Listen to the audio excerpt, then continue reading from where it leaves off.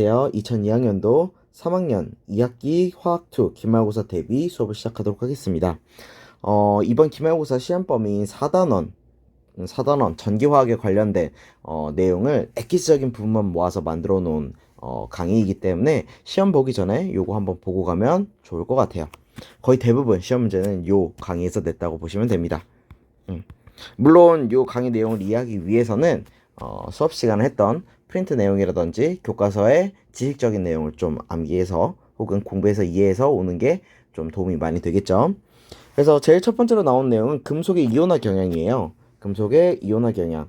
그래서 왼쪽으로 갈수록 이온화가 되려는 경향성이 크고 오른쪽으로 갈수록 이온화 되려는 경향성이 작은 애예요. 한마디로 말하면 왼쪽에 갈수록 산화가 돼서 이온이 되려고 하는 애들이고 오른쪽으로 갈수록 산화가 아니라 환원이 되려고 하는 애들, 이온보다는 아무래도 중성 금속의 형태로 계속 유지하려고 하는 그런 성질을 가지고 있는 애라고 보시면 됩니다. 그래서 요 경향성 원래 외워야 되지만 선생님이 시험 문제에 줬어요. 그래서 요 이온화 경향을 보고 여러분들이 여러 가지 판단을 할 줄 알면 됩니다. 예시로 뭐 어떤 게 있냐면 예를 들어서 뭐가 좋을까? A랑 AG 플러스가 있는 용액이 있다고 쳐볼게요. 그러니까 요런 비커에 AG 플러스가 담아 있는 거예요. AG 플러스가. 근데 여기에 어떤 금속을 넣어야지 AG가 AG 플러스로 산화가 될 것인가, 뭐 요런 거 물어볼 수 있거든요.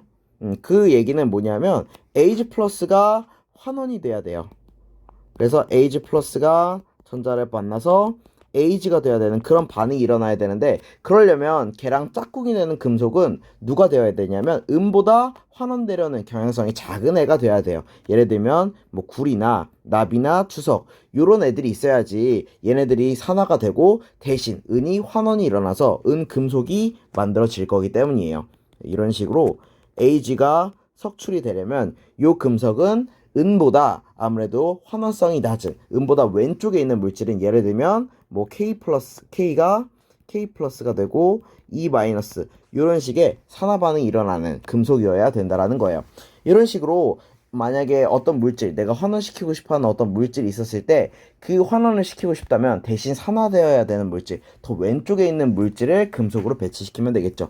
이런 것들 금속의 이온화 경향으로 판단할 줄 알면 되겠습니다. 그래서 그 원리를 이용한 여러 가지 반응이 나오는데요. 이 반응을 보고 금속의 이온화 경향성을 이용해서 반응이 일어나는지 안 일어나는지를 판단하면 됩니다. 마그네슘이랑 구리가 이렇게 있는데요. 금속의 이온화 경향으로 봤을 때 마그네슘의 이온화 경향성이 구리보다 커요. 그렇다는 건 마그네슘은 계속 이온으로 존재하고 싶어하는 애인데, 근데 지금 구리랑 반응을 안 하겠죠, 그러면.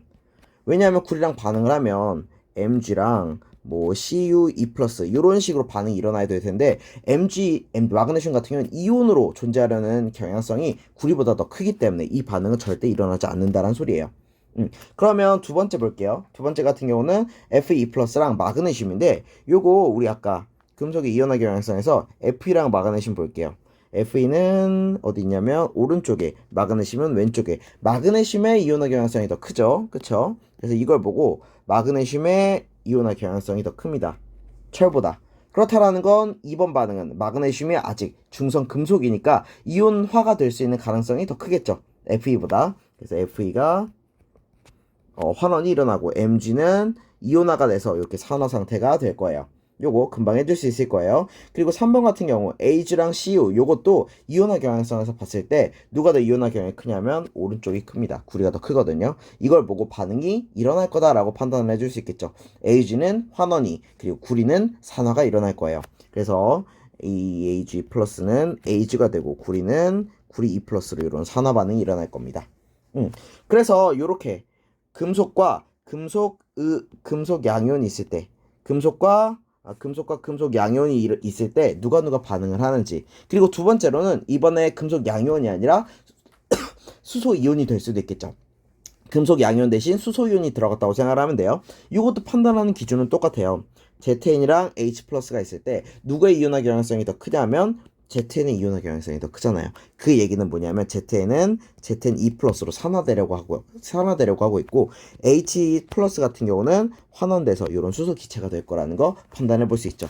그럼 반대로 이번에 수소 이온보다 이온화 경향성이 작은 구리를 만약에 썼다면, 그러니까 수소의 이온화 경향성이 더 크다면 이 반응은 일어나지 않겠죠. 왜냐하면 수소 이온으로 계속 남고 싶어 하니까 이온화 경향이 구리보다 크니까, 그래서 이 반응은 일어나지 않을 겁니다.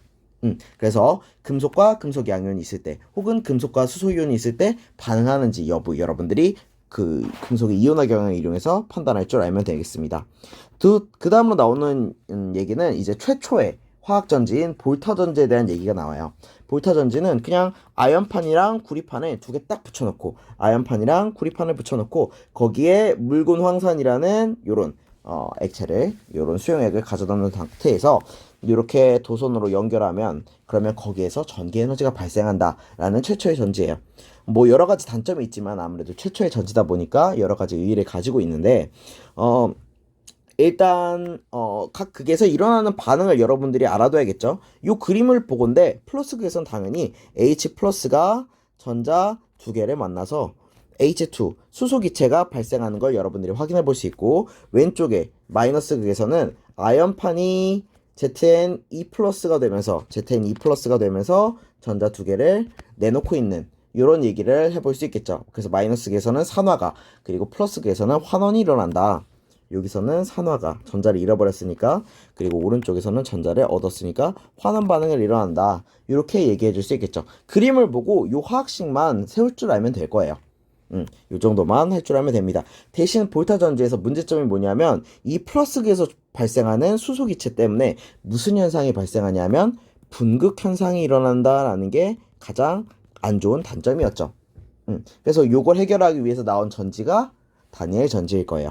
그쵸? 그래서 산화, 환원, 그리고 도선의 전류가 흐르지만 요 조금 안 좋은 점은 요 도선이 아니라 도선 바깥쪽으로도 전자가 새 나올 수 있다는 게 그게 단점이었어요. 그래서 다니엘 전지는 심지어 요 두 개의 판을 분리를 하죠. 다니엘 전지의 대표적인 특징이었을 거예요. 그래서 쭉 더 가보겠습니다. 아까 말한 것처럼 분극 현상, 이렇게 H2가 발생을 해서, 그래서 이 구리판에 붙을 수 있는 수소 이온들을 차단시켜버려서 더 이상 전지로서의 역할을 할 수 없게 만드는 게 분극 현상이에요. 잘 기억해 둡시다. 분극 현상. 이걸 해결하기 위해서 다니엘 전지, 그리고 염다리들이 나왔죠. 볼게요. 그거 하기 전에, 다니엘 전지 하기 전에 먼저 1차 전지랑 2차 전지에 대해서 알아둬야 되는데, 1차 전지는 충전이 불가능한 전지, 2차 전지는 충전이 가능한 전지입니다. 그래서 뭐 요 정도는 기본적으로 알고 있을 텐데, 1차 전지랑 2차 전지에 대해서 뭐 요 정도는 기본적으로 알고 있을 텐데, 여러분들이 요 종류, 1차 전지의 종류랑 2차 전지의 종류, 요거 정도는 꼭 기억을 해둡시다. 적어도 예를 들어서 망가니즈 건전지가 나왔을 때 이건 1차 전지구나, 아니면 리튬이온 전지가 나왔을 때 이건 2차 전지구나, 그거 구분하는 정도는 여러분들이 암기를 해둬야 될 것 같아요.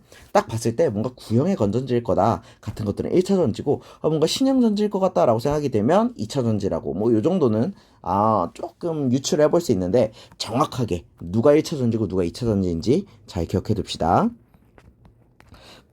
그래서 이제 드디어 그 볼타 전지의 문제점을 해결한 다니엘 전지가 나오는데, 다니엘 전지는 아까 얘기했듯이 분극 현상을 해결할 수 있는 새로운 전지예요. 볼타 전지보다 발전된 형태의 전지이고, 그 가장 대표적인 특징이 뭐냐면, 지금 볼타 전지는 비커 하나였는데 다니엘 전지는 비커 두 개로 나뉘었죠. 그쵸? 그리고 지금 가장 중요한 건 뭐가 있냐면 염다리가 있다는 게 가장 큰 특징이에요.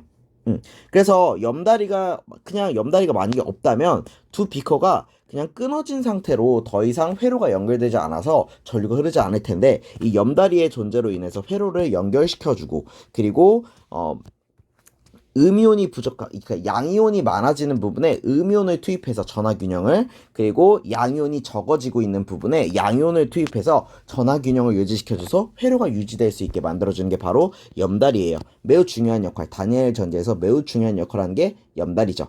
그래서 염다리 같은 경우는 지금 플러스 양이온과 마이너스 음이온을 각각 투입시켜주면서 전자가 이동하는 게 아니라 양이온, 음이온이 이동하면서 전하균형을 맞춰준다는 게 그것도 특징입니다.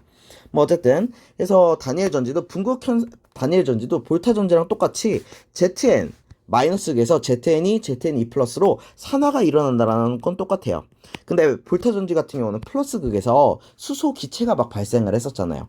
근데 다니엘 전지 같은 경우는 수소 기체가 발생하지 않고 그러니까 분극 현상을 막았잖아요. 그래서 수소 기체가 막 발생되는 게 아니라 구리 이온이 구리로 석출되는 환원 반응이 일어난다.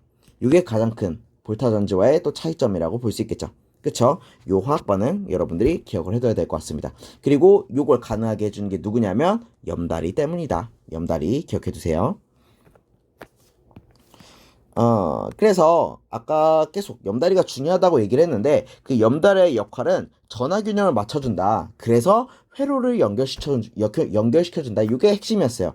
근데 그때 전자가 직접 이동을 하는 게 아니라 누구를 이동시켜서 양이온과 음이온을 각각 이동시켜서 전하 균형을 맞춘다. 이게 염다리의 특징입니다. 그래서 염다리의 특징 잘 기억해 두세요.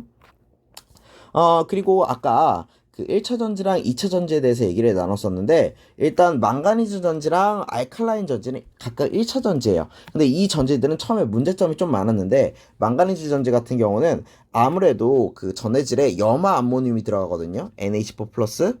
그러다 보니까 얘는 산성 물질이잖아요. 산성. 여기서 H 플러스가 나옵니다. 그래서 아이언 ZN이랑 반응을 하죠. 그래서 ZN이 H 플러스랑 만나서 ZN E 플러스가 되고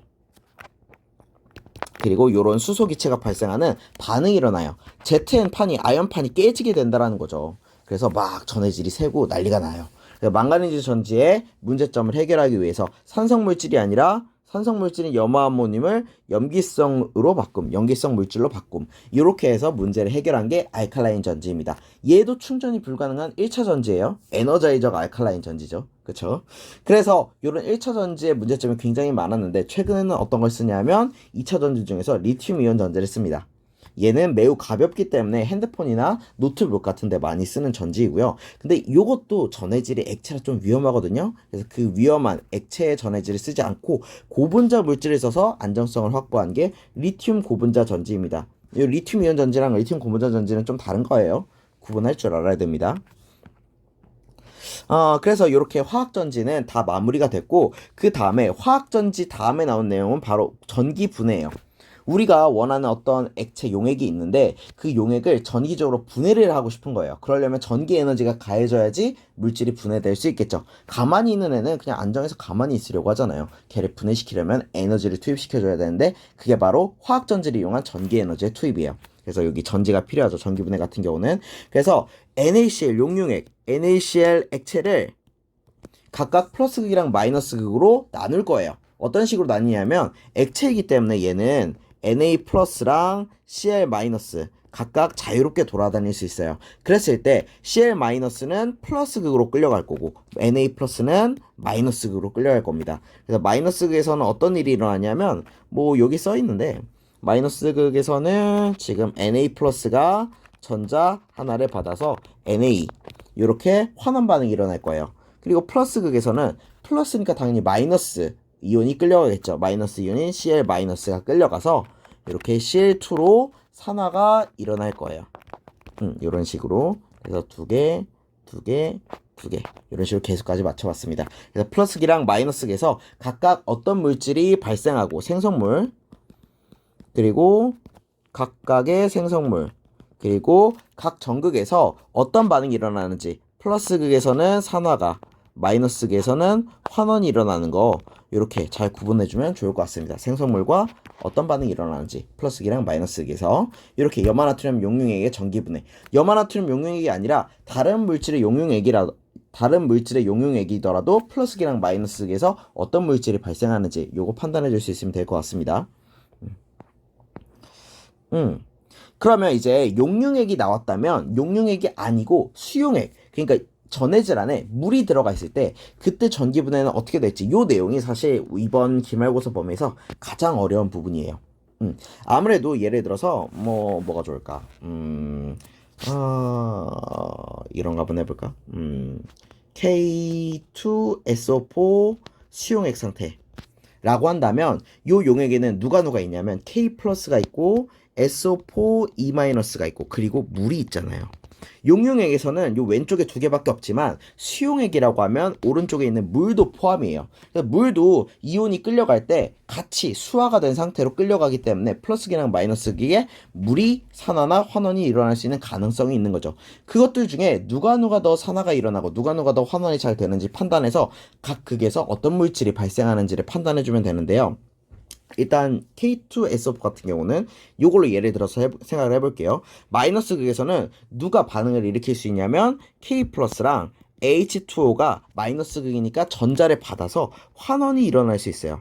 이런 반응이 일어나거나 아니면 H2O 같은 경우는 전자 두 개를 받아서 이렇게 H2랑 EOH 마이너스 이런 반응이 일어날 수 있어요. 두 가지 중에 하나가 일어날 수 있는데 K 플러스 같은 경우는 이온화 경향성이 워낙 큰 애잖아요. 이온화 경향에서 제일 왼쪽에 있는 애니까 아무래도 환원되기보다는 요 이온꼴을 더 선호할 거란 말이에요. 그래서 위에 이 반응은 일어나지 않고 물이 환원되는 반응이 마이너스기에서 일어날 거예요.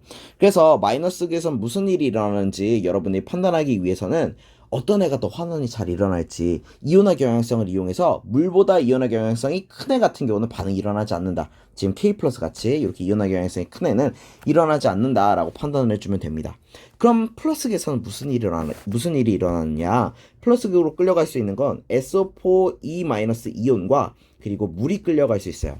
물 같은 경우는 플러스극에서 전자를 잃어버리면 무슨 일이 일어나냐면 이런 화학 반응이 일어날 수 있죠. 이 화학 반응을 외우지는 않아도 돼요. 외우지는 않아도 되는데 근데 아무래도 어떤 반응이 일어나는지 판단하려면 어느 정도 좀 이해는 하고 있어야 될 것 같습니다. 그래서 SO4E-가 뭐 산화가 일어나서 전자를 뱉거나 아니면 물이 산화가 일어나서 전자를 뱉거나 이 두 가지 가능성이 일어날 수 있는데 수업 시간에 했어요. SO4E- 같은 경우는 S가 플러스 6의 산화수를 갖는 애예요. 플러스 6. 그래서 황이 플러스 6의 산화수를 가지면 얘가 가질 수 있는 가장 큰 산화수이기 때문에 산화가 될 만큼 제일 크게 산화가 된 거예요. 가장 많이 산화가 돼서 더 이상 산화가 일어날 수 없는 상태가 되니까 이 위의 반응은 일어날 수가 없습니다. 그래서 물이 산화되는 이 반응이 플러스극에서는 일어나는 거예요. 플러스극에서는 산소가, 마이너스극에서는 수소가 발생하는 물의 전기분해 반응이 일어나는 게 되겠죠. 우리가 알고 있는. 그래서 왼쪽에 물보다 환원되기 어려운 이온 이렇게 써봤는데 지금 보면 다 이온화 경향성이 굉장히 큰 애들이라고 생각을 해주면 돼요.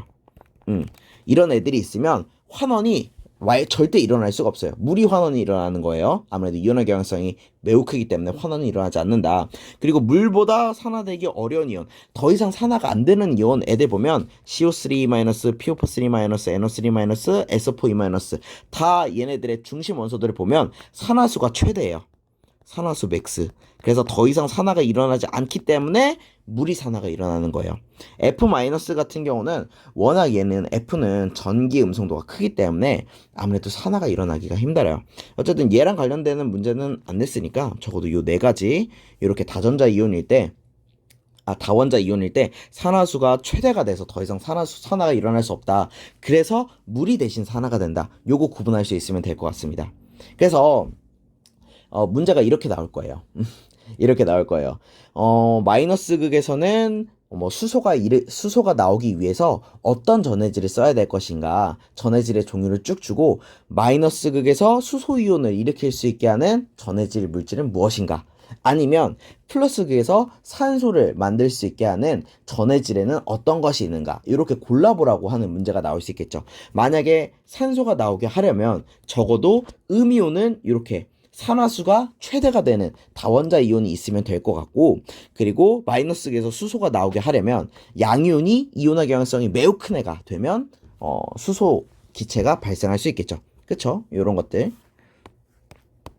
가장 어려운 내용이었어요. 이제 다 끝났어요.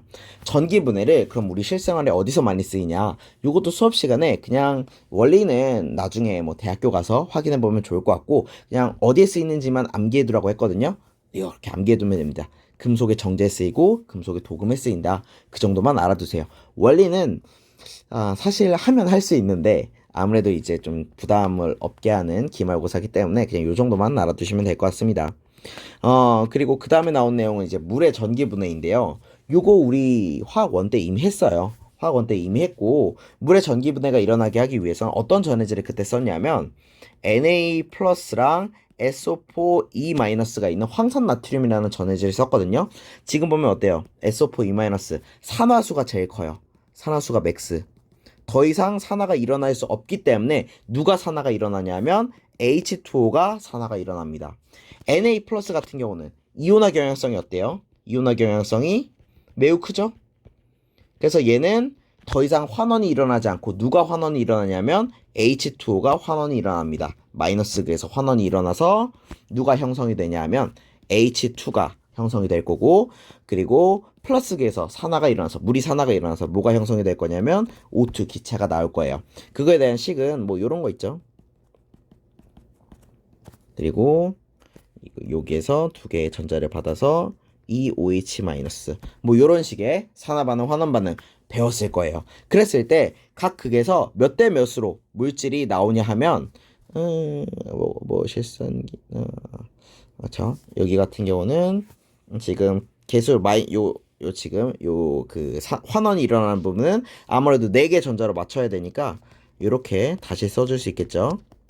EH2 플러스 4OH-. 이걸 보고 수소랑 산소가 몇 대 몇이냐면 부피비는 2대 1. 수소랑 산소의 부피비는 2대 1이라고 판단을 해줄 수 있고, 그리고 그때 수소와 산소가 나오는 전극은 어디냐면 수소가 나오는 데는 어디예요? 마이너스 극이고 산소가 나오는 극은 플러스 극이다. 배웠어요, 다. 그거 복습해보면 되고, 그리고 수소, 산소 외에 마이너스 극이랑 플러스 극에서 나오는 물질 뭐냐면 지금 플러스 극에서는 수소 이온이 발생하고 있죠. 얘는 수소 이온이 발생하고 있죠.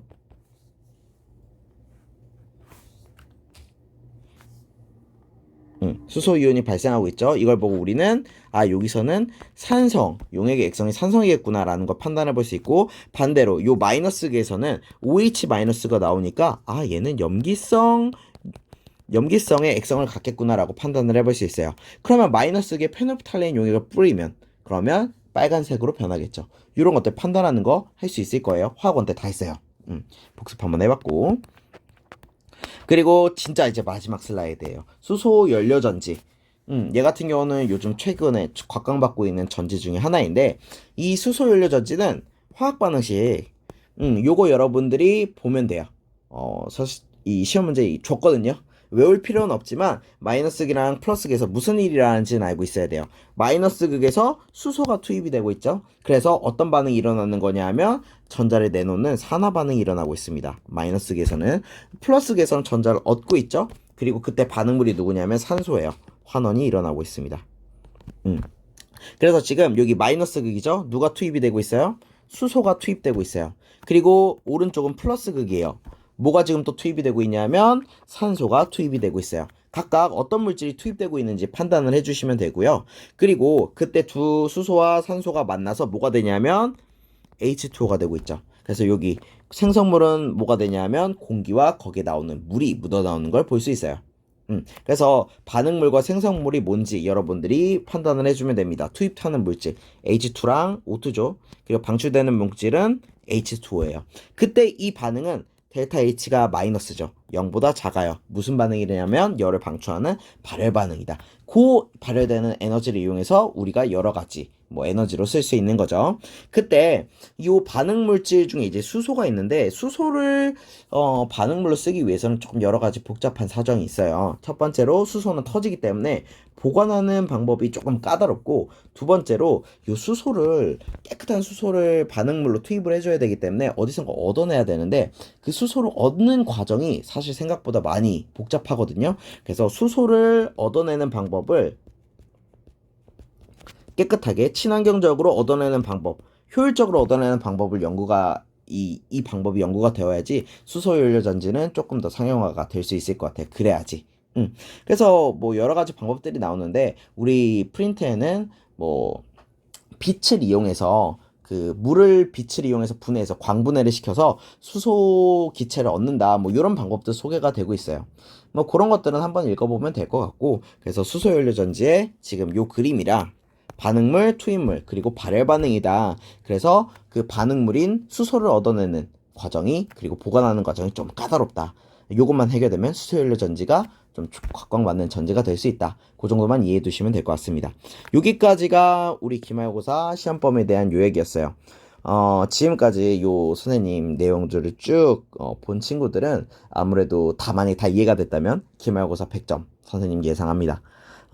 문제를 잘 보세요. 그림의 대부분 답이 있고, 그리고, 수업 프린트를 한 번만이라도 봤으면, 아니면은 수업을 들었다면, 아, 이 내용 강조했지. 선생님이 강조한 내용에서 거의 대부분 냈어요.